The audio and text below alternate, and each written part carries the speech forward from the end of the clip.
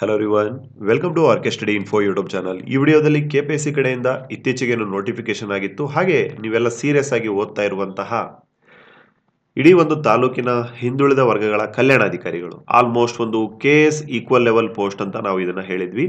ಇಡೀ ಒಂದು ತಾಲೂಕಿಗೆ ಏನು ಬ್ಯಾಕ್ವರ್ಡ್ ಕ್ಲಾಸ್ ಏನು ವರ್ಗ ಇದೆ, ಸೊ ಅದರ ಒಂದು ಕಲ್ಯಾಣಕ್ಕಾಗಿ ಇರುವಂತಹ ಅಧಿಕಾರಿಗಳು ನೀವು ಆಗ್ತೀರಿ. ಸೊ ಈ ಒಂದು ಹುದ್ದೆಯನ್ನು ಪಡೆಯೋದಕ್ಕೆ ಬಹಳ ನಿರೀಕ್ಷೆ ಇಟ್ಕೊಂಡು, ಬಹಳ ಭರವಸೆ ಇಟ್ಕೊಂಡು ಏನು ಓದ್ತಾ ಇದ್ದೀರಾ, ಅಭ್ಯಾಸ ಮಾಡ್ತಾ ಇದ್ದೀರಾ, ನಿಮಗೆಲ್ಲ ಯೂಸ್ಫುಲ್ ಆಗಲಿ ಅನ್ನುವಂತಹ ಉದ್ದೇಶದಿಂದ ಇವತ್ತಿನ ಕ್ಲಾಸಲ್ಲಿ ಯೂನಿಟ್ ನಂಬರ್ 7 ಘಟಕ 7 ಏನಿದೆ, SC ST OBC ಆಕ್ಟ್ 1990, ಅದನ್ನ ಬಹಳ ಸಿಂಪಲ್ ಲ್ಯಾಂಗ್ವೇಜ್ ಅಲ್ಲಿ ನಿಮಗೆ ತಿಳಿಸುವಂತಹ ಪ್ರಯತ್ನ ಆಗುತ್ತೆ. ಜೊತೆಗೆ ಎಕ್ಸಾಮ್ ಪಾಯಿಂಟ್ ಆಫ್ ವ್ಯೂ ನಿಂದ ನೀವೇನೆಲ್ಲ ನೆನ್ಪಿಟ್ಕೋಬೇಕಾಗುತ್ತೆ ಈ ಎಕ್ಸಾಮ್ಗೆ ಅನ್ನೋದನ್ನ ಡಿಸ್ಕಸ್ ಮಾಡ್ತಾ ಲೆಟ್ಸ್ ಬಿಗಿನ್. ನಮ್ಮ ಚಾನಲ್ನ ಮೊದಲೇ ಬಾರಿಗೆ ನೋಡ್ತಾ ಇದ್ರೆ, ಹಾಗೆ ಇನ್ನೂ ಯಾರು ಸಬ್ಸ್ಕ್ರೈಬ್ ಮಾಡದೆ ನೋಡ್ತಾ ಇದ್ರೆ ಸಬ್ಸ್ಕ್ರೈಬ್ ಮಾಡ್ಕೊಳ್ಳಿ ಆಸ್ ಫ್ರೆಂಡ್ಸ್. ಹಾಗೆ ಬೆಲ್ ಬಟನ್ ಅನ್ನು ಕ್ಲಿಕ್ ಮಾಡಿಕೊಂಡು ಆಲ್ ಎನ್ನುವಂಥ ಆಪ್ಷನ್ ಸೆಲೆಕ್ಟ್ ಮಾಡ್ಕೊಳ್ಳಿ. ಬಿಕಾಸ್ ನಾವು ಮಾಡುವ ಪ್ರತಿಯೊಂದು KPSC ಗ್ರೂಪ್ ಬಿ ಹಿಂದುಳಿದ ವರ್ಗಗಳ ಕಲ್ಯಾಣ ಇಲಾಖೆಯ ಎಲ್ಲ ಉಪಯುಕ್ತ ವಿಡಿಯೋಗಳು ನಿಮಗೆ ಬಂದು ರೀಚ್ ಆಗುತ್ತೆ. ಓಕೆ ಆಸ್ ಫ್ರೆಂಡ್ಸ್, ನಿಮಗೆಲ್ಲ ಗೊತ್ತಿರಲಿ, ನೀವು ಟೋಟಲ್ ಆಗಿ 3 ಎಕ್ಸಾಮ್ಸ್ಗಳನ್ನು ಬರೀಬೇಕಾಗತ್ತೆ. ಮೊಟ್ಟ ಮೊದಲನೇದಾಗಿ ಕಂಪಲ್ಸರಿ ಕನ್ನಡ ಎಕ್ಸಾಮ್, ಹಾಗೆ ಇನ್ನೊಂದು GK ಎಕ್ಸಾಮ್, ಹಾಗೆಯೇ ಇನ್ನೊಂದು ಈ ಒಂದು ನಿಮ್ಮ ನಿಮ್ಮ ಇಡೀ ಒಂದು ಅಧಿಕಾರಿ ಆಗುವಂತಹ ಭವಿಷ್ಯವನ್ನು ನಿರ್ಧಾರ ಮಾಡುವಂತಹ ಪೇಪರ್ ಯಾವುದು, ಹಿಂದುಳಿದ ವರ್ಗಗಳ ಕಲ್ಯಾಣ ಇಲಾಖೆಯ ಏನು ಡೆಫಿನೆಟ್ ಪೇಪರ್ ಇದೆ, ನಿರ್ದಿಷ್ಟ ಪತ್ರಿಕೆ ಏನಿದೆ, ಈ ಒಂದು ನಿರ್ದಿಷ್ಟ ಪತ್ರಿಕೆ. ಸೊ ಹಾಗಾಗಿ ಆ ಫ್ರೆಂಡ್ಸ್, HK ವೃಂದದ ಅಭ್ಯರ್ಥಿಗಳಾಗಿರ್ಬೋದು ಅಥವಾ ನಾನ್ HK ವೃಂದದ ಅಭ್ಯರ್ಥಿಗಳಾಗಿರ್ಬೋದು ನೋಡ್ತಾ ಇರ್ಬೋದು, 14 ಮತ್ತೆ 15 ಸೆಪ್ಟೆಂಬರ್ಗೆ ಮತ್ತೆ 19 ಮತ್ತೆ 20 ಸೆಪ್ಟೆಂಬರ್ಗೆ ನಿಮಗೆ ಪರೀಕ್ಷೆ ಇರುತ್ತೆ, ನೇಮಕಾತಿ ಪರೀಕ್ಷೆ. ಸೊ ಈ ಒಂದು ನೇಮಕಾತಿ ಪರೀಕ್ಷಾ ದೃಷ್ಟಿಯಿಂದ ಪೇಪರ್ 2 ಏನಿದೆ, ನಿರ್ದಿಷ್ಟ ಪತ್ರಿಕೆ, ಸೊ ಟೋಟಲ್ ಆಗಿ 15 ಘಟಕಗಳಿದಾವೆ. ಆ 15 ಘಟಕಗಳ ಏನು ಒಂದು ನೋಟ್ಸ್ ಏನಿದೆ ನಿಮಗೆ ಬೇಕು ಅನ್ನೋದಾದ್ರೆ ಈ ನಂಬರ್ಗೆ 9483122319 ಈ ನಂಬರ್ಗೆ ನೀವು ವಾಟ್ಸಪ್ ಮಾಡಿ, ಪರ್ಟಿಕ್ಯುಲರ್ ಆಗಿರುವಂತಹ ಫೀಸ್ ಇರುತ್ತೆ, ಪೇಮೆಂಟ್ ಮಾಡೋದ್ರ ಮೂಲಕ ನೀವೇನು ಮಾಡಬಹುದು, ಇಡೀ ಒಂದು ನೋಟ್ಸನ್ನ PDF ರೂಪದಲ್ಲಿ ನಿಮಗೆ ಸಿಗುತ್ತೆ ವಾಟ್ಸಪ್ ಅಲ್ಲಿ. ಸೊ 9483122319 ಈ ನಂಬರ್ಗೆ ವಾಟ್ಸಪ್ ಮಾಡಿ ಪಡಿಬಹುದು. ಈ ನಂಬರ್ನ ನಮ್ಮ ಏನು ಕಮೆಂಟ್ ಸೆಕ್ಷನ್ ಇದೆ, ಹಾಗೆ ಡಿಸ್ಕ್ರಿಪ್ಷನ್ ಬಾಕ್ಸ್ ಇದೆ, ಅಲ್ಲಿ ನಾವು ನಿಮಗೋಸ್ಕರ ಕೊಟ್ಟಿರ್ತೇವೆ. ಹಾಗೆಯೇ ಎಲ್ಲ ಒಂದು PDF ನೋಟ್ಸ್ಗಳನ್ನು ತೆಗೆದುಕೊಂಡು, ಏನು ಬಹಳ ಕಡಿಮೆ ಟೈಮ್ ಇದೆ ನಿಮಗೆ, ಒಂದು ಕಡೆಯಿಂದ ನೀಟಾಗಿ ಓದ್ತಾ ಶಾರ್ಟ್ ಪಾಯಿಂಟ್ಸ್ ಮಾಡ್ತಾ ಓದಿದ್ದೇ ಆಗಿದ್ರೆ ಖಂಡಿತವಾಗಿಯೂ ನಿಮ್ಮ ಪೇಪರ್ 2 ಏನಿದೆ ಡೆಫಿನೆಟ್ಲಿ ನಿಮಗೆ ಅದು ಹೆಲ್ಪ್ಫುಲ್ ಆಗುತ್ತೆ. ಓಕೆ ಫ್ರೆಂಡ್ಸ್, ಆ ಒಂದು ನೋಟ್ಸ್ ಅಲ್ಲಿ ನಿಮ್ಮ ಸ್ಕ್ರೀನ್ ಮೇಲೆ ಈಗ ನೋಡ್ತಾ ಇದ್ದೀರಾ, ಇದನ್ನು ಸಹ ಒಂದು unit number 7, one of the very important unit. ಇದು ಬಹಳ ಇಂಪಾರ್ಟೆಂಟ್ ಘಟಕ. ಇದು ಬಹಳ ಸಿಂಪಲ್ ಆಗಿ ಹೇಳೋದಾದ್ರೆ, ಸರ್ಕಾರ ಏನ್ ಮಾಡುತ್ತೆ, SC ST OBC ವೃಂದದ ಏನು ವ್ಯಕ್ತಿಗಳಿರ್ತಾರೆ, ಜೊತೆಗೆ ಸಮಾಜದಲ್ಲಿ ಐತಿಹಾಸಿಕ ಒಂದು ಅಸಮಾನತೆ ಏನಿತ್ತು ಅದನ್ನ ಪರಿಹರಿಸೋದಕ್ಕೆ ಮೀಸಲಾತಿಗಳನ್ನು ಜಾರಿಗೆ ತಂದಿದೆ. ನಿಮ್ಗೆಲ್ಲ ಗೊತ್ತಿದೆ. ಓಕೆ, SCಗೆ STಗೆ ಹಾಗೂ OBCಗೆ ಇಷ್ಟಿಷ್ಟು % ಅಂತ ಹೇಳಿ, ಮತ್ತೆ OBCಯಲ್ಲಿ ಒಳ ಮೀಸಲಾತಿಯನ್ನು ಸಹ ಮಾಡಿದೆ. Category 1, 2A, 3A, 2B, 3B ಅಂತೇಳಿ ಈ ತರ ಮಾಡಿದೆ ತಾನೆ. ಎಸ್. ಸೊ ಹಾಗಾದ್ರೆ ನಾಳೆ ನೀವು ಅಧಿಕಾರಿಗಳಾದಾಗ ಅದನ್ನ ಯಾವ ತರಹ ಆ ಯೋಗ್ಯ ವ್ಯಕ್ತಿಗಳಿಗೆ ನೀವು ಅದನ್ನ ಹಂಚುತ್ತೀರಾ, ಆ ಒಂದು ಮೀಸಲಾತಿಯನ್ನು ಕೊಡ್ತೀರಾ. ಪ್ರತಿಯೊಂದು ಕ್ಯಾಸ್ಟ್ ಇನ್ಕಮ್ ಸರ್ಟಿಫಿಕೇಟ್ ಆಗಿರ್ಬೋದು, ಹಾಗೆ ಆ ಒಂದು ಕ್ಯಾಸ್ಟ್ ಇನ್ಕಮ್ ಸರ್ಟಿಫಿಕೇಟ್ ತೆಗೆದುಕೊಂಡು ನಾಳೆ ಆ ಅಭ್ಯರ್ಥಿ ಅಪಾಯಿಂಟ್ ಆದ್ರು ಅಂತಂದ್ರೆ, ಅಥವಾ ಎಲ್ಲಾದ್ರೂ ವಿಶ್ವವಿದ್ಯಾಲಯದಲ್ಲಿ ಅಡ್ಮಿಷನ್ ತೆಗೆದುಕೊಂಡ್ರು ಅಂತಂದ್ರೆ ಸಿಂಧುತ್ವವನ್ನ ಯಾವ ತರ ಮಾಡಬೇಕಾಗತ್ತೆ, ಹಾಗೆ ಇಡೀ ಒಂದು ಏನು ಏನು ಈ ಒಂದು ಜಾತಿ ಪ್ರಮಾಣ ಪತ್ರ, ಆದಾಯ ಪ್ರಮಾಣ ಪತ್ರ ಅಥವಾ ಮೀಸಲಾತಿ ಯಾವ ತರ ಅಪ್ಲೈ ಆಗ್ತಾ ಇದೆ ಅಂತ ನೋಡ್ಕೊಳ್ಳೋದಕ್ಕೇನೆ ಈ ಒಂದು ಅಧಿನಿಯಮ 1990 ಮತ್ತೆ 1992ರ ನಿಯಮಗಳನ್ನ ಸರ್ಕಾರ ಏನ್ ಮಾಡಿದೆ, ಜಾರಿಗೆ ತಂದಿದೆ ಅಂತ ಹೇಳಿ ಈ ಹಿಂದಿನ ಕ್ಲಾಸ್ ಅಲ್ಲಿ ಹೇಳಿದೆ.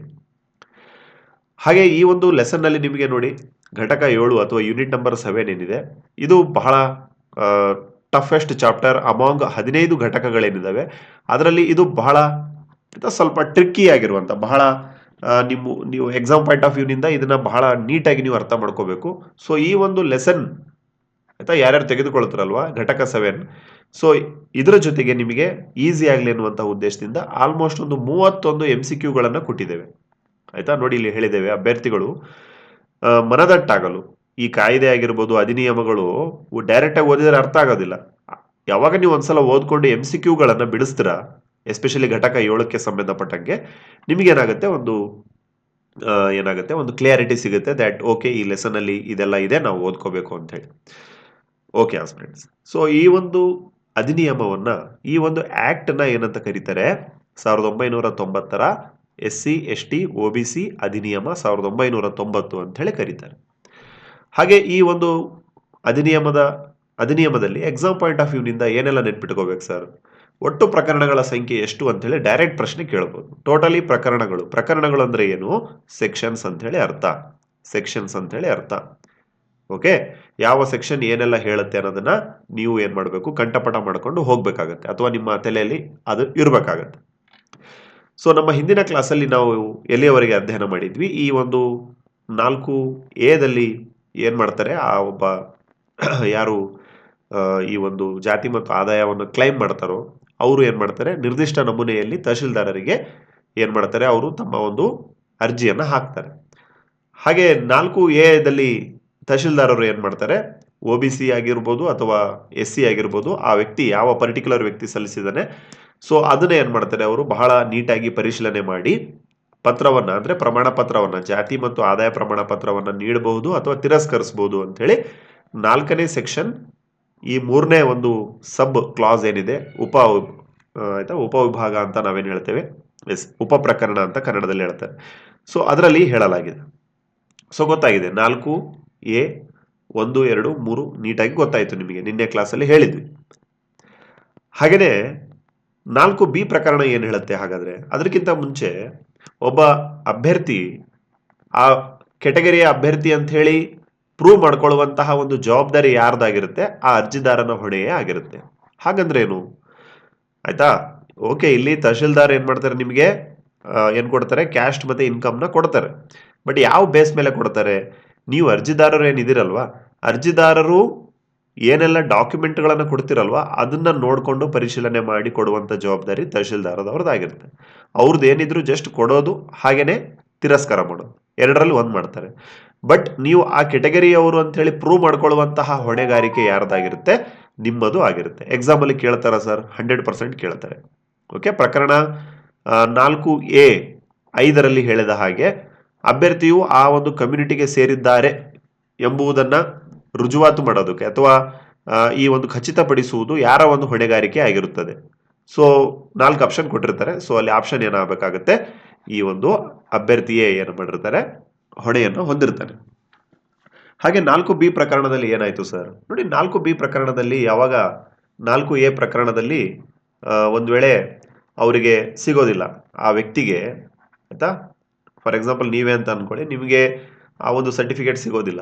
ಸೊ ಅವಾಗ ನೀವೇನ್ ಮಾಡ್ಬೋದು, ಆದೇಶ ಬಂದಂತಹ ಏನು ತಹಶೀಲ್ದಾರ್ ಕೊಡೋದಿಲ್ಲ ಅಂತೇಳಿ ಆದೇಶ ಬಂತಲ್ಲ, ಆ ಒಂದು ಆದೇಶದ 30 ದಿನಗಳ ಒಳಗಾಗಿ ನೀವು ನಿಮ್ಮ ಯಾವ ಕಂದಾಯ ವಿಭಾಗ ಇದೆ, ನಿಮ್ಮ ರೆವೆನ್ಯೂ ಡಿಪಾರ್ಟ್ಮೆಂಟ್ ಯಾವ್ದಿದೆ, ರೆವೆನ್ಯೂ ವಿಭಾಗ ಯಾವ್ದಿದೆ ನಿಮ್ದು, ಅಲ್ಲಿಯ ಅಸಿಸ್ಟೆಂಟ್ ಕಮಿಷನರ್ಗೆ ಹೋಗಿ ಮೀಟ್ ಮಾಡಬೇಕಾಗುತ್ತೆ. ಹಾಗೆ ಅಲ್ಲಿ ಹೋಗಿ ಅಪೀಲನ್ನು ಸಲ್ಲಿಸಬೇಕು. ಅದು ಯಾವ ಪ್ರಕರಣ ಹೇಳುತ್ತೆ, 4B ಪ್ರಕರಣ ಹೇಳುತ್ತೆ, ಎಕ್ಸಾಮ್ ಅಲ್ಲಿ ಕೇಳ್ತಾರೆ. ಸೊ ಅಸಿಸ್ಟೆಂಟ್ ಕಮಿಷನರ್ ಏನ್ ಮಾಡ್ತಾರೆ, ಎಲ್ಲವನ್ನ ನೀಟಾಗಿ ನೋಡ್ಕೊಂಡು ಈ ಒಂದು ನೋಡ್ರಿ ಎಲ್ಲ ಕರೆಕ್ಟ್ ಆಗಿದೆ, ಇವರಿಗೆ ನೀವು ಕೊಡಿ ಅಂತ ಹೇಳಿ ಆದೇಶವನ್ನು ಹೊರಡಿಸಬಹುದು, ಅಥವಾ ಅವರು ಅಪ್ ಟು ಹಿಮ್, ಆಯ್ತಾ, ಹಿಮ್ ಆರ್ ಹರ್, ಅದು ಅವ್ರಿಗೆ ಬಿಟ್ಟಿರೋದು. ಯಾರಿಗೆ? ಅಸಿಸ್ಟೆಂಟ್ ಕಮಿಷನರ್ಗೆ. ಅದು ಯಾವುದು ಹೇಳುತ್ತೆ, 4B.2 ನೆನ್ಪಿಟ್ಕೊಳ್ಳಿ. ಹಾಗೆ 4C ಏನ್ ಹೇಳುತ್ತೆ ಸರ್ ಹಾಗಾದ್ರೆ ನೋಡಿ, 4C ಅಲ್ಲಿ ಏನಾಗುತ್ತೆ, ರಾಜ್ಯ ಸರ್ಕಾರ ಬಹಳ ಇಂಪಾರ್ಟೆಂಟ್ ನೋಡಿ ಇದು. ರಾಜ್ಯ ಸರ್ಕಾರ ಏನ್ ಮಾಡುತ್ತೆ, 4C 1ನೇ ಉಪನಿಯಮದಲ್ಲಿ ಪ್ರತಿಯೊಂದು ಜಿಲ್ಲೆಗೆ ಈ ಜಿಲ್ಲಾ ಮತ್ತು ಆದಾಯ ಪರಿಶೀಲನಾ ಸಮಿತಿ ಅಂತ ಹೇಳಿ ಒಬ್ಬ ವ್ಯಕ್ತಿ ಅಥವಾ ಒಂದಕ್ಕಿಂತ ಹೆಚ್ಚು ವ್ಯಕ್ತಿಗಳನ್ನು ಒಳಗೊಂಡಂತ ಒಂದು ಸಮಿತಿಯನ್ನ ರಚಿಸಬಹುದು. ಅರ್ಥ ಮಾಡ್ಕೊಳ್ಳಿ, ಎಕ್ಸಾಮ್ ಅಲ್ಲಿ ಡೈರೆಕ್ಟ್ ಪ್ರಶ್ನೆ ಬರುತ್ತೆ ಇಲ್ಲಿಂದ. 1990ರ ಅಧಿನಿಯಮದ ಅನ್ವಯ ಯಾರು ಜಾತಿ ಪರಿಶೀಲನಾ ಸಮಿತಿಯನ್ನ ಜಿಲ್ಲೆಯ ಮಟ್ಟದಲ್ಲಿ ರಚಿಸಬಹುದು ಅಂತೇಳಿ ಡೈರೆಕ್ಟ್ ಪ್ರಶ್ನೆ ಕೇಳಿದ್ದಾರೆ. ಸೊ ಯಾರು ರಚಿಸಬಹುದು? ರಾಜ್ಯ ಸರ್ಕಾರ ರಚಿಸಬಹುದು. ಅರ್ಥ ಮಾಡ್ಕೊಳ್ಳಿ. ಸೊ ಅದು ಯಾವ ಪ್ರಕರಣ? 4C ಉಪ ಪ್ರಕರಣ 1ನೇ ಒಂದು ಕಲಮಲ್ಲಿ ನೆನ್ಪಿಟ್ಕೊಳ್ಳಿ. ಹಾಗೆ ಪರಿಶೀಲನಾ ಸಮಿತಿ ಒಂದೇ ಇರುತ್ತಾ ಸರ್? ಇಲ್ಲ, ಒಂದಕ್ಕಿಂತ ಜಾಸ್ತಿನೂ ಇರಬಹುದು.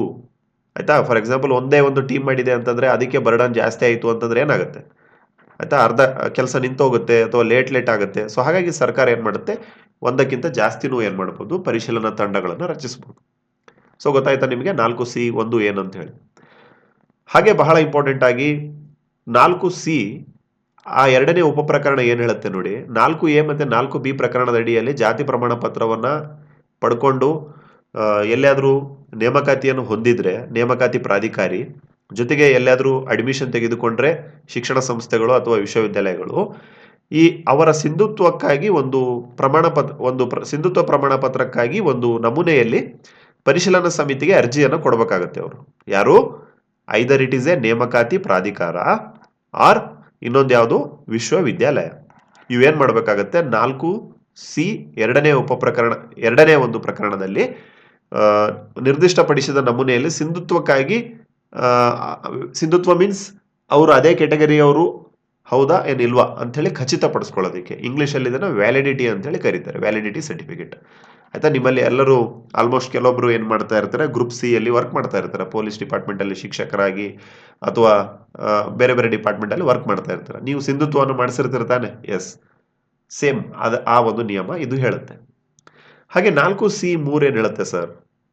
4C3 ಏನ್ ಹೇಳುತ್ತೆ ನೋಡಿ, ಪರಿಶೀಲನಾ ಸಮಿತಿ ಏನ್ ಮಾಡುತ್ತೆ, ಯಾವಾಗ ನೇಮಕಾತಿ ಪ್ರಾಧಿಕಾರಗಳಾಗಿರ್ಬೋದು ಅಥವಾ ವಿಶ್ವವಿದ್ಯಾಲಯಗಳಿಂದ ಅರ್ಜಿ ಬರುತ್ತೆ, ಆ ಒಂದು ದಿನದಿಂದ 30 ದಿನಗಳ ಒಳಗಡೆನೆ ಏನ್ ಮಾಡ್ತಾರೆ, ಒಂದು ವಿಚಾರಣೆಯನ್ನ ಮಾಡ್ತಾರೆ. ಆಯ್ತಾ? ಸ್ಥಳೀಯ ಮಟ್ಟದಲ್ಲಿ ಹೋಗಿ ಅಲ್ಲಿ ಎನ್ಕ್ವೈರಿಯನ್ನ ಮಾಡ್ತಾರೆ. ಹಾಗೆ ಸಾಕ್ಷಿಗಳನ್ನ ತೆಗೆದುಕೊಳ್ತಾರೆ. ಅವರು ಅದೇ ಕ್ಯಾಸ್ಟ್ ಮತ್ತೆ ಕಮ್ಯುನಿಟಿ ಅವರು ಹೌದಾ ಇಲ್ವಾ ಅಂತೇಳಿ ಖಚಿತವನ್ನ ಪಡಿಸ್ಕೊಳ್ತಾರೆ. ಮಾಡಿಕೊಂಡು ಸಿಂಧುತ್ವ ಪ್ರಮಾಣ ಪತ್ರವನ್ನು ಅಂದ್ರೆ ವ್ಯಾಲಿಡಿಟಿ ಸರ್ಟಿಫಿಕೇಟ್ ನ ನೀಡಬಹುದು ಅಥವಾ ತಿರಸ್ಕಾರ ಮಾಡಬಹುದು. ಯಾವ್ದು ಹೇಳುತ್ತೆ? ಅದು 4C3 ಹೇಳಿದೆ. ಹಾಗೆ 4D ಏನ್ ಹೇಳುತ್ತೆ ಅದನ್ನ ಒಂದ್ಸಲ ನೋಡೋಣ. ನೋಡಿ, ಈ ತರ ಓದ್ಕೊಂಡ್ರೆ ಮಾತ್ರ ನೀವೇನಾಗ್ತೀರಾ, ಅಪಾಯಿಂಟ್ಮೆಂಟ್ ಆಗ್ತೀರಾ. ಸೊ ಆ ಒಂದು ದೃಷ್ಟಿಯಿಂದ ನಿಮಗೋಸ್ಕರ ಬಹಳ ಶ್ರಮ ಪಟ್ಟು ಇಡೀ ಒಂದು ನೇಮಕಾತಿ ಪತ್ರಿಕೆ 2 ಏನಿದೆ, ನಿರ್ದಿಷ್ಟ ಪತ್ರಿಕೆ ಸ್ಪೆಸಿಫಿಕ್ ಪೇಪರ್, ಸೊ ಪ್ರತಿಯೊಂದು ಘಟಕಗಳ ಮೇಲೆ ಆಳವಾಗಿರುವಂತಹ ಅಧ್ಯಯನ ಮಾಡಿ ನಿಮಗೋಸ್ಕರ ನೋಟ್ಸ್ ಅನ್ನ ತಗೊಂಡ್ ಬರ್ತಾ ಇರ್ತೇವೆ. ಸೊ ಸಂಪೂರ್ಣವಾಗಿರುವಂತಹ ನೋಟ್ಸ್ ಕಂಪ್ಲೀಟ್ ಆಗಿದೆ. ಆಯ್ತಾ? PDF ರೂಪದಲ್ಲಿ ಸಿಗುತ್ತೆ. ಸರಿನಾ? 9483122319 ಈ ನಂಬರ್ಗೆ ಏನ್ ಮಾಡಿ, ವಾಟ್ಸಪ್ ಮಾಡಿ ಪಡಿಬಹುದು ಸ್ಟೂಡೆಂಟ್ಸ್. ಆಯ್ತಾ? ಅದಕ್ಕೆ ನಿರ್ದಿಷ್ಟವಾಗಿರುವಂತಹ ಫೀಸ್ ಇರ್ತವೆ. ಪೇಮೆಂಟ್ ಮಾಡೋದ್ರ ಮೂಲಕ ನೀವೇನ್ ಮಾಡ್ಬೋದು, ಪಡಿಬಹುದು. ಈ ನಂಬರ್ನ ನಮ್ಮ ಏನು ಕಮೆಂಟ್ ಸೆಕ್ಷನ್ ಇದೆ ಹಾಗೆ ಡಿಸ್ಕ್ರಿಪ್ಷನ್ ಅಲ್ಲಿ ಹಾಕಿರ್ತೇವೆ, ತೆಗೆದುಕೊಂಡು ವಾಟ್ಸಪ್ ಮಾಡಿ. ಈಗ ನೋಡೋಣ 4D ಏನ್ ಹೇಳುತ್ತೆ ಅಂತ ಹೇಳಿ. ಪ್ರಕರಣ 4D ಏನ್ ಹೇಳುತ್ತೆ ಅಂತ ಹೇಳಿ ನೋಡೋಣ. ಓಕೆ, ಅದರಲ್ಲೇ ಮತ್ತೆ ಸಬ್ಸೆಕ್ಷನ್ 1ರಲ್ಲಿ 4C ಪ್ರಕರಣದ ಅಡಿಯಲ್ಲಿ ಪರಿಶೀಲನಾ ಸಮಿತಿ ಹೊರಡಿಸಿದ ಆದೇಶದಿಂದ ಬಾಧಿತನಾಗಿರ್ತಾನೆ ವ್ಯಕ್ತಿ. ಅಂದ್ರೆ ಪರಿಶೀಲನಾ ಸಮಿತಿ ಅವರಿಗೆ ಏನ್ ಕೊಟ್ಟಿರೋದಿಲ್ಲ, ಈ ವ್ಯಾಲಿಡಿಟಿ ಸರ್ಟಿಫಿಕೇಟ್ ನ ನಿರಾಕರಣೆ ಮಾಡಿರುತ್ತೆ. ಅವಾಗ ಏನ್ ಮಾಡ್ಬೇಕು, ಆ ವ್ಯಕ್ತಿ ಆ ಆದೇಶ ಬಂದಂತ 30 ದಿನಗಳ ಒಳಗಾಗಿ ಒಂದ್ ವೇಳೆ SC/ST ಕಮ್ಯುನಿಟಿಯವನಾಗಿದ್ರೆ, ನೋಡಿ ಶೆಡ್ಯೂಲ್ ಕಾಸ್ಟ್ ಸೇರಿದ ವ್ಯಕ್ತಿ ಆಗಿದ್ರೆ ಸಮಾಜ ಕಲ್ಯಾಣ ಆಯುಕ್ತರು ಅಥವಾ ನಿರ್ದೇಶಕರು, ಬಹಳ ಇಂಪಾರ್ಟೆಂಟ್ ನೋಡಿ. ಏನಂತ ಎಕ್ಸಾಮ್ ಅಲ್ಲಿ ಪ್ರಶ್ನೆ ಬರ್ಬೋದು, 4C ಪ್ರಕರಣದ ಅಡಿಯಲ್ಲಿ ಬಾಧಿತನಾದಂತಹ ವ್ಯಕ್ತಿ ಯಾರ ಹತ್ರ ಹೋಗ್ಬೋದು, if is SC community man. So SC community man ಆಗಿದ್ರೆ ಸೋಷಿಯಲ್ ವೆಲ್ಫೇರ್ ಕಮಿಷನರ್ ಅಥವಾ ಡೈರೆಕ್ಟರ್ ಯಾರಿರ್ತಾರೆ ಅವ್ರ ಹತ್ರ ಹೋಗ್ಬೇಕಾಗತ್ತೆ. ಒಂದ್ ವೇಳೆ ಬುಡಕಟ್ಟು ಜನಾಂಗದ ವ್ಯಕ್ತಿಯಾಗಿದ್ರೆ, ಅಂದ್ರೆ ಅನುಸೂಚಿತ ಬುಡಕಟ್ಟು ಜನಾಂಗಕ್ಕೆ STಗೆ ಸೇರಿದ ವ್ಯಕ್ತಿಯಾಗಿದ್ರೆ ಈ ಬುಡಕಟ್ಟು ಕಲ್ಯಾಣ ಡೈರೆಕ್ಟರ್ ಏನಿರ್ತಾರೆ ಅವ್ರ ಹತ್ರ ಹೋಗಿ ಒಂದು ಅಪೀಲ್ ಅನ್ನ ಸಲ್ಲಿಸಬೇಕಾಗತ್ತೆ, ರಿಕ್ವೆಸ್ಟ್ ಅನ್ನ ಹಾಕ್ಬೇಕಾಗತ್ತೆ. ಒಂದ್ ವೇಳೆ OBCಗೆ ಸೇರಿದಂತಹ ವ್ಯಕ್ತಿಯಾಗಿದ್ರೆ ಈ ಒಂದು ಹಿಂದುಳಿದ ವರ್ಗಗಳ ಇಲಾಖೆಯ ನಿರ್ದೇಶಕರು ಏನಿರ್ತಾರೆ ಅವರಿಗೆ ಹೋಗಿ ಏನ್ ಮಾಡ್ಬೇಕಾಗತ್ತೆ, ಈ ಒಂದು ಅಪೀಲ್ ಅನ್ನ ಅವರು ಕೊಡ್ಬೇಕಾಗತ್ತೆ ಸ್ಟೂಡೆಂಟ್ಸ್. ಸೊ ಈ ರೀತಿಯಾಗಿ ಈ ನಿಯಮವನ್ನು ಹೇಳೋದು ಯಾವ ಒಂದು ಪ್ರಕರಣ, 4D ಪ್ರಕರಣ. ಸೊ ಇದನ್ನ ಮ್ಯಾಚ್ ದ ಫಾಲೋವಿಂಗ್ ಸಹ ಕೇಳಬಹುದು, ನೆನ್ಪಿಟ್ಕೊಳ್ಳಿ. ಮ್ಯಾಚ್ ದ ಫಾಲೋವಿಂಗ್ ಅಲ್ಲಿ ಹೊಂದಿಸಿ ಬರೆಯಲ್ಲಿ A ಮತ್ತೆ B ಅಂತ ಹೇಳಿ ಕೊಟ್ಟು ನಿಮಗೆ ಕರೆಕ್ಟ್ ಆಗಿ ಮ್ಯಾಚ್ ಮಾಡಕ್ ಹೇಳಿ 4 ಆಪ್ಷನ್ಸ್ ಗಳನ್ನು ಕೊಡುವಂತ ಸಾಧ್ಯತೆಗಳಿರ್ತವೆ. ಹಾಗೇನೆ ಬಹಳ ಇಂಪಾರ್ಟೆಂಟ್ ಆಗಿ ಫ್ರೀ ಆಗಿ ಮಾಡಿಕೊಡ್ತಾರ ಸರ್ ಅದೆಲ್ಲ ಅಪೀಲು? ಇಲ್ಲ, ಅದಕ್ಕೆ ನಿರ್ದಿಷ್ಟವಾಗಿರುವಂತ ಶುಲ್ಕ ಇರುತ್ತೆ, ಫೀ ಇರುತ್ತೆ. ಸರ್ನಾ? ಆ ಫೀ ಅನ್ನ ಆ ವ್ಯಕ್ತಿ ಪೇಮೆಂಟ್ ಮಾಡಬೇಕು. ಸೊ ಅವಾಗ ಏನಾಗುತ್ತೆ, ಆ ಒಂದು ಫೈಲ್ ಏನಾಗುತ್ತೆ ಮುಂದೆ ಪ್ರೊಸೆಸ್ ಆಗುತ್ತೆ. ಹಾಗೆ ಅಪೀಲು ಪ್ರಾಧಿಕಾರ ಏನ್ ಮಾಡ್ಬೇಕಾಗತ್ತೆ, ಉಭಯ ಪಕ್ಷದಾರರಿಗೆ, ಅಂದ್ರೆ ಇಲ್ಲಿ ಆ ಒಂದು ವ್ಯಕ್ತಿ ಆಗಿರ್ಬೋದು, ಜೊತೆಗೆ ಏನು ಪರಿಶೀಲನಾ ಸಮಿತಿ ಇತ್ತು, ರಾಜ್ಯ ಸರ್ಕಾರ ರಚಿಸಿದಂತಹ ಪರಿಶೀಲನಾ ಸಮಿತಿ, ಆ ಎರಡು ಪಾರ್ಟೀಸ್ಗೆ ಒಂದು ಟೈಮ್ ಅನ್ನು ಕೊಡ್ತಾರೆ, ಬಹಳ ಸಫಿಶಿಯಂಟ್ ಟೈಮ್ ಅನ್ನು ಕೊಡ್ತಾರೆ. ಸೊ ಕೊಟ್ಟು ಏನ್ ಮಾಡ್ತಾರೆ, ಒಂದು ಸೂಕ್ತವೆಂದು ಭಾವಿಸಬಹುದಾಗಿರುವಂತ ಒಂದು ಆದೇಶವನ್ನು ಏನ್ ಮಾಡಬಹುದು, ಹೊರಡಿಸುತ್ತದೆ. ಯಾರು? ಈ ಒಂದು ಅಪೀಲು ಪ್ರಾಧಿಕಾರ ಏನಿದೆ ಅದು. ಓಕೆ, ಒಂದ್ ವೇಳೆ SC ಕಮ್ಯುನಿಟಿಗೆ ಆಗಿದ್ರೆ ಸೋಷಿಯಲ್ ವೆಲ್ಫೇರ್ ಕಮಿಷನರ್ ಅಥವಾ ಡೈರೆಕ್ಟರ್ಗೆ, ST ಆಗಿದ್ರೆ ಈ ಒಂದು ಬುಡಕಟ್ಟು ನಿರ್ದೇಶಕರಿಗೆ, OBC ಆಗಿದ್ರೆ ಬ್ಯಾಕ್ವರ್ಡ್ ಕ್ಲಾಸ್ ನಿರ್ದೇಶಕರಿಗೆ. ಈ ತರ ಏನ್ ಮಾಡ್ತಾರೆ, ಅಪೀಲ್ ಅನ್ನ ಹಾಕಿದಾಗ ಎರಡು ಪಾರ್ಟಿಗಳ ಒಂದು ಮಾತನ್ನ ಕೇಳಿ ಏನ್ ಸೂಕ್ತ ಅನ್ಸುತ್ತೆ ಅದನ್ನ ಆರ್ಡರ್ ನ ಹಾಕುವಂತಹ ಒಂದು ಜವಾಬ್ದಾರಿ ಇವರಿಗೆ ಇರುತ್ತೆ, ನಿರ್ದೇಶಕರಿಗೆ ಮತ್ತೆ ಆಯುಕ್ತರಿಗೆ. ಅದು ಯಾವ ಪ್ರಕರಣ? 4D ಒಂದು ಪ್ರಕರಣದಲ್ಲಿ. ಒಂದು ಪ್ರಕರಣದಲ್ಲಿ. ಸೊ ಗೊತ್ತಾಯ್ತು ನಿಮಗೆ. ಹಾಗೆ 4E ಏನ್ ಹೇಳುತ್ತೆ ಸರ್ ಹಾಗಾದ್ರೆ? ನೋಡಿ 4E ಏನ್ ಹೇಳುತ್ತೆ ಅಂತ ಹೇಳಿ ನೋಡೋದಾದ್ರೆ, ತಹಶೀಲ್ದಾರ್ ಇರ್ಬೋದು, ಪರಿಶೀಲನಾ ಸಮಿತಿ ಇರ್ಬೋದು, ಯಾವಾಗ ಒಂದು ಇಶ್ಯೂಗೆ ಸಂಬಂಧಪಟ್ಟಂಗೆ, ಇಶ್ಯೂ ಏನಾಗಿತ್ತು, ವ್ಯಾಲಿಡಿಟಿಯನ್ನ ಪ್ರೂವ್ ಮಾಡೋದು ಆಯ್ತಾ, ಅಥವಾ ತಮ್ಮ ಮುಂದೆ ಬಂದಂತಹ ಸರ್ಟಿಫಿಕೇಟ್ ಅನ್ನ ಅಪ್ರೂವ್ ಮಾಡೋದು. ಸೊ ಯಾವಾಗ ಪರಿಶೀಲನೆ ಮಾಡ್ತಾ ಇರ್ತಾರೆ, 1908ರ ಸಿವಿಲ್ ಪ್ರಕ್ರಿಯಾ ಸಂಹಿತೆ ಅಂತ ಒಂದು ಸರ್ಕಾರ ಏನ್ ಮಾಡಿದೆ, ರೂಲ್ಸ್ ಅನ್ನ ಮಾಡಿದೆ. 1908ರ ಸಿವಿಲ್ ಕೋಡ್ ಅಂತ ಹೇಳಿ ಮಾಡಿದೆ. ಅದರ ಅಡಿಯಲ್ಲಿ ಏನ್ ಮಾಡಿರ್ತಾರಂತೆ, ಈ ತಹಶೀಲ್ದಾರರಾಗಿರ್ಬೋದು, ಪರಿಶೀಲನಾ ಕಮಿಟಿಯವರಾಗಿರ್ಬೋದು, ಒಂದು ನ್ಯಾಯಾಲಯ, ಒಂದು ಸಿವಿಲ್ ನ್ಯಾಯಾಲಯಕ್ಕೆ ಎಷ್ಟು ಅಧಿಕಾರ ಇರುತ್ತಲ್ವಾ? ಎಸ್, ನ್ಯಾಯಾಲಯ ನೋಡಿದಿರ್ತಾನೆ, ನಿಮ್ಮ ಊರುಗಳಲ್ಲಿ ಇರ್ತವೆ. ಹೌದು ಸರ್, ನೋಡಿದ್ದೇವೆ. ಎಸ್. ಸೊ ಅದಕ್ಕೆ ಇರುವಂತಹಷ್ಟು ಅಧಿಕಾರವನ್ನ ಇವ್ರು ಏನ್ ಮಾಡಿರ್ತಾರೆ, ಹೊಂದಿರ್ತಾರೆ. ಯಾರು ಅದರಲ್ಲಿ ಕೆಲಸ ಮಾಡ್ತಾ ಇರುವಂತಹ ತಹಶೀಲ್ದಾರ್ ಅಥವಾ ಪರಿಶೀಲನಾ ಅಧಿಕಾರಿಗಳು. ಸೊ ಎಕ್ಸಾಮ್ ಅಲ್ಲಿ ಪ್ರಶ್ನೆಯನ್ನ ಕೇಳ್ತಾರೆ, ಯಾವ ಪ್ರಕರಣವು ತಹಶೀಲ್ದಾರ್ ಅಥವಾ ಪರಿಶೀಲನಾ ಸಮಿತಿಯು ಒಂದು ಸಿವಿಲ್ ನ್ಯಾಯಾಲಯಕ್ಕಿರುವಷ್ಟು ಅಧಿಕಾರವನ್ನು ಹೊಂದಿದೆ ಅಂತ ಹೇಳಿ ಹೇಳುತ್ತದೆ? 4E ಪ್ರಕರಣ. ಓಕೆ ಸರ್, ಹಾಗಾದ್ರೆ ಏನ್ ಮಾಡ್ಬೋದು ಸರ್? ನೋಡಿ ಇಲ್ಲಿ ಹೇಳ್ತಿದ್ರೆ ಎ ಇಂದ ಹಿಡ್ಕೊಂಡು ಎಫ್ ತನ ಯಾವೊಬ್ಬ ವ್ಯಕ್ತಿಯನ್ನು ಸಮನು ಮಾಡುವುದು. ಸಮನು ಅಂತಂದ್ರೆ ಏನಿಲ್ಲಿ ಬರ ಹೇಳುವುದು. ಓಕೆ, ಬರ ಹೇಳುವುದು ಅಂತ ಹೇಳಿ ಹೇಳ್ತಾರಲ್ವಾ, ಸಮನ್ಸ್ ಅಂತ ಇಂಗ್ಲಿಷ್ ಅಲ್ಲಿ ಹೇಳ್ತಾರೆ. ಓಕೆ ಫ್ರೆಂಡ್ಸ್, ನೋಡ್ತಾ ಇರ್ಬೋದು, ಒಂದು ನ್ಯಾಯಾಲಯಕ್ಕೆ ಎಷ್ಟು ಪವರ್ ಇರುತ್ತಲ್ವಾ, ಅಷ್ಟೇ ಪವರ್ ಅನ್ನ ಹೊಂದಿರುತ್ತೆ ಅಂತ ಹೇಳಿ 4E ಪ್ರಕರಣ ಹೇಳುತ್ತೆ. ಎಕ್ಸಾಮ್ ಅಲ್ಲಿ ಕೇಳ್ತಾರೆ. ಸೊ ಒಬ್ಬ ವ್ಯಕ್ತಿಯನ್ನ ಬರ ಹೇಳೋದಾಗಿರ್ಬೋದು, ಅಥವಾ ಹಾಜರಾತಿಯನ್ನು ಒತ್ತಾಯಪಡಿಸೋದಾಗಿರ್ಬೋದು, ಅಥವಾ ಅವರನ್ನ ಪರೀಕ್ಷೆ ಮಾಡೋದಿರ್ಬೋದು, ಹಾಗೆ ಅವರ ಯಾವುದೇ ಒಂದು ದಾಖಲೆಯನ್ನ ಶೋಧಿಸುವುದು. ಮತ್ತೆ ನೋಡಿ, ಶೋಧಿಸುವುದು ಅಂತ ಹೇಳಿದ್ದಾರೆ, ಟ್ರೇಸ್ ಔಟ್ ಮಾಡೋದು. ಓಕೆ, ಟ್ರೇಸ್ ಔಟ್ ಸಹ ಮಾಡಬಹುದು. ಹಾಗೆ ನೋಡ್ತಾ ಇರ್ಬೋದು, ಈ ಒಂದು ಸಿ ಅಫಿಡವಿಟ್ ಅಂದ್ರೆ ಬಾಂಡ್ ಇರ್ತಾವಲ್ವಾ, ಅದ್ರ ಮೇಲೆ ಸಾಕ್ಷಿಗಳನ್ನ ಬರೆಸ್ಕೊಳ್ಳೋದು ಆಗಿರ್ಬೋದು. ಹಾಗೆ ಯಾವುದೇ ನ್ಯಾಯಾಲಯ ಅಥವಾ ಕಚೇರಿಯಿಂದ ಯಾವುದೇ ಒಂದು ದಾಖಲೆಗಳನ್ನ, ಅದರ ಫೈಲನ್ನ, ಅದರ ಕಾಪಿಯನ್ನು ತರಿಸ್ಕೋಬಹುದು. ಹಾಗೆ ಸಾಕ್ಷಿಗಳು ಮತ್ತೆ ಅದರ ದಾಖಲೆಗಳನ್ನು ಪರೀಕ್ಷಿಸುವುದಕ್ಕಾಗಿ ಕಮಿಷನರ್ ಅನ್ನು ಆಯ್ತಾ, ಕಮಿಷನ್ಗಳನ್ನು ಹೊರಡಿಸುವುದು. ಆಯ್ತಾ, ಯಾವುದಾದ್ರೂ ಒಂದು ಆರ್ಡರ್ನ ಹಾಕೋದು. ನೋಡಿ, ನಮಗೆ ನಿಮ್ಮ ಆಫೀಸಿಂದ ಈ ತರವಾಗಿರುವಂತ ಒಂದು ಫೈಲ್ ಅಥವಾ ಈ ವ್ಯಕ್ತಿಯ TC ಬೇಕು ಅಥವಾ ಏನೇ ಒಂದು ಬೇಕು ಅಂತ ಹೇಳಿ ಯಾವುದೇ ಒಂದು ಶಾಲೆಗೆ, ಕಾಲೇಜಿಗೆ, ಎಲ್ಲಾದ್ರೂ ಅದು ಏನ್ ಮಾಡ್ಬೋದು, ಕಳಿಸ್ಬೋದು. ನಿಯಮಿಸಬಹುದಾಗಿರುವಂತ ಯಾವುದೇ ಇತರ ವಿಷಯ ಅಲ್ಲಿ ಏನ್ ಡಿಸ್ಕಸ್ ಆಗುತ್ತೆ, ಆ ಎಲ್ಲ ವಿಷಯಗಳನ್ನ ತನಿಖೆ ಮಾಡುವಾಗ ಒಂದು ಸಿವಿಲ್ ನ್ಯಾಯಾಲಯಕ್ಕೆ ಎಷ್ಟು ಪವರ್ ಇರುತ್ತಲ್ವಾ, ಅಷ್ಟು ಅಧಿಕಾರವನ್ನು ಹೊಂದಿರುತ್ತೆ. 4F ನೋಡಿ. ಓಕೆ, 4A ಗೊತ್ತಾಯ್ತು ನಿಮಗೆ. ತಹಶೀಲ್ದಾರ್ ಏನ್ ಮಾಡ್ಬೋದು, ಅಲ್ಲಿ ಪರಿಶೀಲನೆ ಮಾಡಿ ಕ್ಯಾಶ್ ಇನ್ಕಮ್ ಕೊಡ್ಬೋದು, ಇಲ್ಲ ತಿರಸ್ಕಾರ ಮಾಡ್ಬೋದು. 4B ಅಲ್ಲಿ ಏನಾಗುತ್ತೆ, ಅಸಿಸ್ಟೆಂಟ್ ಕಮಿಷನರ್ ಹತ್ರ ಹೋಗ್ತಾರೆ, ಅಲ್ಲಿನೂ ಆದೇಶವನ್ನು ಹೊರಡಿಸಬಹುದು ಅಥವಾ ತಿರಸ್ಕಾರ ಮಾಡಬಹುದು. ಎರಡು ಕಡೆ ಫೇಲ್ ಆದ್ರೆ ಏನ್ ಮಾಡ್ಬೇಕು ಸರ್? ನೋಡಿ, ಎರಡು ಕಡೆ ಫೇಲ್ ಆದ್ರೆ ಏನ್ ಮಾಡಬೇಕು, ಡೈರೆಕ್ಟ್ ಆಗಿ ಡೆಪ್ಯೂಟಿ ಕಮಿಷನರ್ ಹತ್ರ ಆ ವ್ಯಕ್ತಿ ಅಪೀಲ್ ಅನ್ನ ಪುನರ್ ನಿರೀಕ್ಷೆಗೆ, ಅಂದ್ರೆ ಇಂಗ್ಲಿಷ್ ಅಲ್ಲಿ ಏನು ಪುನರ್ ನಿರೀಕ್ಷಣೆ ಅಂತಂದ್ರೆ ರಿವ್ಯೂ ಅಂತ ಹೇಳಿ ಹೇಳ್ತಾರೆ. ರಿವ್ಯೂ. Okay, review. ಆ ರಿವ್ಯೂಗೆ ಏನ್ ಮಾಡ್ಬೋದು, ಅರ್ಜಿಯನ್ನ ಹಾಕ್ಬೋದು. ನೋಡ್ತಾ ಇರ್ಬೋದು, ಡೆಪ್ಯೂಟಿ ಕಮಿಷನರ್ನು ಯಾವುದೇ ಸಮಯದಲ್ಲಿ ತಾನಾಗಲಿ ಅಥವಾ ನೇಮಿಸಬಹುದಾಗಿರುವಂತಹ ಅವಧಿಯಲ್ಲಿ ತನಗೆ ಮಾಡಿದ ಅರ್ಜಿಯಲ್ಲಿ 4A ಪ್ರಕರಣದ ಅಡಿಯಲ್ಲಿ ತಹಶೀಲ್ದಾರನಿಂದ, 4B ಪ್ರಕರಣದಲ್ಲಿ ಕಮಿಷನರ್ನಿಂದ ಕೈಗೊಂಡಂತಹ ಯಾವುದೇ ತೀರ್ಮಾನ, ಹೊರಡಿಸಿದ ಆದೇಶ ಸಂಬಂಧದಲ್ಲಿ ಅಂತಹ ತೀರ್ಮಾನವನ್ನ ಏನ್ ಮಾಡಬಹುದು, ಅವರು ಪರೀಕ್ಷೆ ಮಾಡಬಹುದು ಅಥವಾ ಅದನ್ನ ರಿವ್ಯೂ ಮಾಡಬಹುದು. ಇವನ್ ಅದನ್ನ ಪರಿವರ್ತಿಸಬಹುದು. ನೆನ್ಪಿಟ್ಕೊಳ್ಳಿ, ಅದನ್ನ ಕಂಪ್ಲೀಟ್ಲಿ ಏನ್ ಮಾಡಬಹುದು, ಚೇಂಜ್ ಸಹ ಮಾಡಬಹುದು, ರಿವರ್ಸ್ ಸಹ ಮಾಡಬಹುದು. ಪರಿಷ್ಕರಣೆ ಅಂದ್ರೇನು, ರಿವೈಸ್. ನೋಡಿ, ನೀವು ಈ ತರ ಮಾಡಿದಿರಾ, ಮಾಡಬಾರ್ದು, ರಿವೈಸ್ ಮಾಡ್ಕೊಳ್ಳಿ. ಅಥವಾ ಪುನರ್ ಪರಿಗಣನೆಗೆ ರಿಕ್ವೆಸ್ಟ್ ಅಥವಾ ಆರ್ಡರ್ನು ಸಹ ಅವರು ಏನ್ ಮಾಡಬಹುದು, ಡೆಪ್ಯೂಟಿ ಕಮಿಷನರ್ ಅವರು ಒಂದ್ ವೇಳೆ ಅವರಿಗೆ ಕಂಡು ಬಂದ್ರೆ ಅದರ ಆದೇಶ ಅನುಸಾರ 30 ದಿನಗಳ ಒಳಗಾಗಿ ಈ ತರ ಆಗಿದೆ, 4A ಪ್ರಕರಣದಲ್ಲಿ, 4B ಪ್ರಕರಣದಲ್ಲಿ ಈ ತರ ಆಗಿದೆ ಅಂತ ಹೇಳಿ ಅವರಿಗೆ ಕಂಡು ಬಂದ್ರೆ, ಯಾವಾಗ ಅದು ಕಂಡು ಬರುತ್ತಲ್ವಾ, ಅದರ 30 ದಿನಗಳ ಒಳಗಾಗಿ ಈ ಡೆಪ್ಯೂಟಿ ಕಮಿಷನರ್ ಅವರು ಏನ್ ಮಾಡಬಹುದು, ಅವರಿಗೇನೆ, ಯಾರಿಗೆ, ತಹಶೀಲ್ದಾರರಿಗೆ ಅಥವಾ AC ಅವರಿಗೆ ರಿವರ್ಸ್ ಮಾಡುವಂತೆ ಆದೇಶವನ್ನು ಹೊರಡಿಸಬಹುದು ಅಂತ ಹೇಳಿ ಯಾವ ಒಂದು ಪ್ರಕರಣ ಹೇಳುತ್ತೆ, 4F ಒಂದನೇ ಒಂದು ಸಬ್ ಕ್ಲಾಸ್ ಹೇಳುತ್ತೆ. ಹಾಗೇನೆ ಬಹಳ ಇಂಪಾರ್ಟೆಂಟ್ ಆಗಿ, ಡೆಪ್ಯೂಟಿ ಕಮಿಷನರ್ ಅನ್ನು ಯಾವುದೇ ವ್ಯಕ್ತಿಗೆ ಅಹವಾಲನ್ನು, ಅಂದ್ರೆ ಅವರಿಗೆ ಸಫಿಶಿಯಂಟ್ ಟೈಮ್ ಅನ್ನು ಕೊಡಬೇಕಾಗತ್ತೆ, ನೀಡಿದ ಹೊರತು ಅಂತಹ ವ್ಯಕ್ತಿಗೆ ಪ್ರತಿಕೂಲಕರವಾದ ಒಂದು ಆದೇಶವನ್ನು ಹೊರಡಿಸತಕ್ಕದ್ದಲ್ಲ. ಏನಂಗಂದ್ರೆ, ಅಂದ್ರೆ ಯಾವ ವ್ಯಕ್ತಿಗೆ ಏನು ಪ್ರಾಬ್ಲಮ್ ಆಗಿರುತ್ತಲ್ವಾ 4A 4B ಪ್ರಕರಣದ ಅಡಿಯಲ್ಲಿ, ಅವರಿಗೆ ಅವರ ಬಾಯಿಂದ ಏನ್ ಬರುತ್ತೆ, ಅವ್ರ ಹತ್ರ ಏನ್ ಪ್ರೂಫ್ ಇದೆ, ಎಲ್ಲವನ್ನ ಕೇಳಬೇಕಾಗತ್ತೆ. ಫಸ್ಟ್ ಕೇಳಿ ಆಮೇಲೆ ಡಿಸಿಷನ್ ತಗೋಬೇಕು ಅಂತ ಹೇಳಿ ಅರ್ಥ, ಸಿಂಪಲ್. ಎಸ್. ಸೊ ಇದೆಲ್ಲ ಇಂಪಾರ್ಟೆಂಟ್ ಆಗುತ್ತೆ ನೋಡಿ. ಹಾಗೆ ಫೈನಲಿ ನೋಡೋಣ ದಂಡ ಅಂತ ಹೇಳಿ. ದಂಡ ಅಂದ್ರೆ ಏನು ಸರ್ ಇಂಗ್ಲಿಷಲ್ಲಿ? ಪೆನಾಲ್ಟಿ ಅಂತ ಹೇಳಿ ಅರ್ಥ. ಅದನ್ನ ಯಾವ ಸೆಕ್ಷನ್ ಹೇಳುತ್ತೆ? 5ನೇ ಸೆಕ್ಷನ್ ಹೇಳುತ್ತೆ. ಸರ್ ಇಲ್ಲಿ ಯಾರ್ಯಾರಿಗೆ ಪೆನಾಲ್ಟಿ ಇರುತ್ತೆ ಸರ್? ನೋಡಿ ಇಲ್ಲಿ ಯಾರ್ಯಾರಿಗೆ ಇರುತ್ತೆ ಅಂತ ಹೇಳಿ. ಫಸ್ಟ್ ಆಫ್ ಆಲ್ ನೋಡ್ತಾ ಇರ್ಬೋದು, ಯಾವುದೇ ಒಂದು ನೇಮಕಾತಿ ಪ್ರಾಧಿಕಾರಿ ಆಗಿರ್ಬೋದು ಅಥವಾ ಯಾವುದಾದ್ರೂ ಒಂದು ವಿಶ್ವವಿದ್ಯಾಲಯ, ಶಿಕ್ಷಣ ಸಂಸ್ಥೆ ಫೇಕ್ ಸರ್ಟಿಫಿಕೇಟ್ನ ಒಪ್ಪಿಕೊಂಡು, ಆಯ್ತಾ, ಒಂದು ವೇಳೆ ಈ ಒಂದು ವಿತೌಟ್ ಎನಿ ವ್ಯಾಲಿಡಿಟಿಯನ್ನು ಚೆಕ್ ಮಾಡ್ದೇನೆ, ಆಯ್ತಾ, ಅವರು ಅದೇ ಕಮ್ಯುನಿಟಿಯವರ, ಅದೇ ಕ್ಯಾಸ್ಟ್ ಅವರ, ಅಂದರೆ SC-ನ, ST-ನ, OBC-ನ ಅಂತ ಹೇಳಿ ನೋಡ್ಲಾರ್ದಂಗೆನೆ ತೆಗೆದುಕೊಂಡು ಬಿಟ್ಟಿದ್ರೆ, ಅಡ್ಮಿಷನ್ ಆಗಿರ್ಬೋದು, ಜಾಬ್ ಆಗಿರ್ಬೋದು, ಅಂತಹ ಒಂದು ಪ್ರಾಧಿಕಾರಿಯು ಪ್ರವೇಶಾವಕಾಶ ನೀಡಿದ್ದರೆ ಅಥವಾ ನೇಮಕಾತಿಯನ್ನು ಮಾಡಿದ್ದರೆ, ಆಯ್ತಾ, ಬಹಳ ನೀಟಾಗಿ ಅದರ ಮೇಲೆ ತನಿಖೆ ಆಗುತ್ತೆ. ಒಂದು ಸ್ಟ್ಯಾಂಡಿಂಗ್ ಕಮಿಟಿಯನ್ನು ಮಾಡಿರ್ತಾರೆ, ಬಹಳ ನೀಟಾಗಿ ಪರಿಶೀಲನೆ ಎಲ್ಲ ಆಗುತ್ತೆ.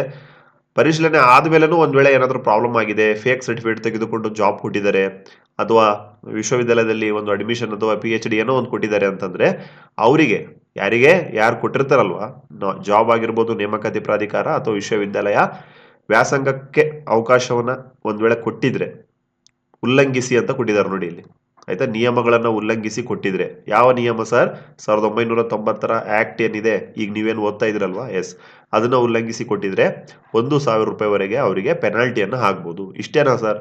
ಇಷ್ಟೇ ಅಲ್ಲ, ಜೊತೆಗೆ 6 ತಿಂಗಳವರೆಗೆ ಅವರಿಗೆ ಏನ್ ಮಾಡ್ಬೋದು? ಜೈಲು ಶಿಕ್ಷೆ ಅಥವಾ ಕಾರಾವಾಸದಿಂದ ದಂಡಿತರಾಗಬೇಕು ಅಂತೇಳಿ ರೂಲ್ಸ್ ಅಲ್ಲಿ ಇದೆ ನೋಡಿ. ಸರಿನಾ ಫ್ರೆಂಡ್ಸ್?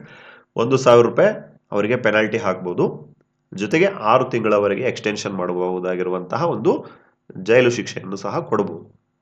ಸರಿನಾ?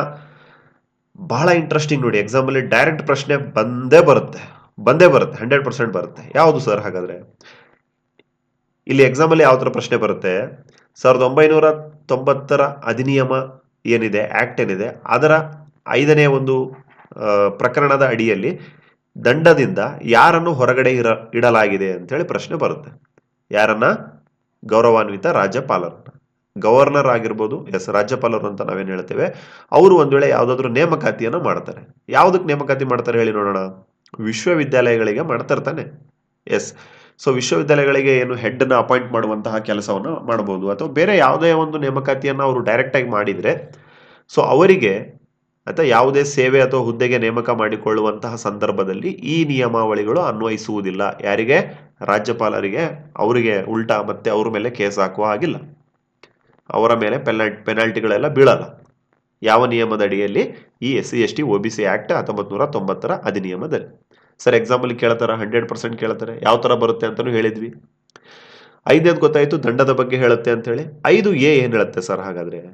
ಸುಳ್ಳು ಜಾತಿ ಪ್ರಮಾಣ ಪತ್ರ ಅಥವಾ ಆದಾಯ ಪ್ರಮಾಣ ಪತ್ರ ಪಡೆದಿದ್ದಕ್ಕಾಗಿ ದಂಡಗಳು. ಯಾರಿಗೆ? ವ್ಯಕ್ತಿಗೆ. ನೋಡಿ, ಒಬ್ಬ ವ್ಯಕ್ತಿ ಏನ್ ಮಾಡಬಹುದು? ಸುಳ್ಳು ಜಾತಿ ಪ್ರಮಾಣ ಪತ್ರ, ಸುಳ್ಳು ಹೇಳಿಕೆಯನ್ನು ನೀಡಿ ಅಥವಾ ಈ ತರ ಯಾವುದೇ ಒಂದು ಮೋಸದ ವಿಧಾನದಿಂದ ಜಾತಿ ಮತ್ತು ಆದಾಯ ಪ್ರಮಾಣ ಪತ್ರವನ್ನು ತೆಗೆದುಕೊಂಡು, ಆಯ್ತಾ, ಒಂದ್ ವೇಳೆ ತೆಗೆದುಕೊಂಡಿದ್ದಾನೆ ಅನ್ನೋದು ಪ್ರೂವ್ ಆಯ್ತು ಅಂತಂದ್ರೆ, ಸುಳ್ಳನ್ನು ಹೇಳಿ ಮೋಸವನ್ನು ಮಾಡಿ ಅಪರಾಧ ನಿರ್ಣಯ ಆಗಿರುವಂತ ತರುವಾಯ, ಅಪರಾಧ ಏನಾಗುತ್ತೆ ಅಲ್ಲಿ ನಿರ್ಣಯ ಆಗುತ್ತೆ. ಮೇಲೆ ನೋಡಿದ್ರಿ ನೀವು, ಕೋರ್ಟ್ ತರ ಏನಾಗುತ್ತೆ, ಪ್ರತಿಯೊಂದು ವಾದ ವಿವಾದ ಆಗುತ್ತೆ ಅಲ್ಲಿ. ಒಂದ್ ವೇಳೆ ಅವ್ರು ಗಿಲ್ಟ್ ಅಂತ ಹೇಳಿ ಪ್ರೂವ್ ಆಯ್ತು ಅಂದ್ರೆ 6 ತಿಂಗಳಿಗೆ ಕಡಿಮೆ ಇಲ್ಲದ ಮಿನಿಮಮ್ 6 ಮಂತ್ ಅವರಿಗೆ ಜೈಲಿಗೆ ಕಳಿಸ್ಬೋದು. ಜೊತೆಗೆ ಇನ್ನೂ ಪ್ರಕರಣ ಸೀರಿಯಸ್ ಇತ್ತು ಅಂದ್ರೆ 2 ವರ್ಷದವರೆಗೆ ಅವರಿಗೆ ಏನ್ ಮಾಡಬಹುದು?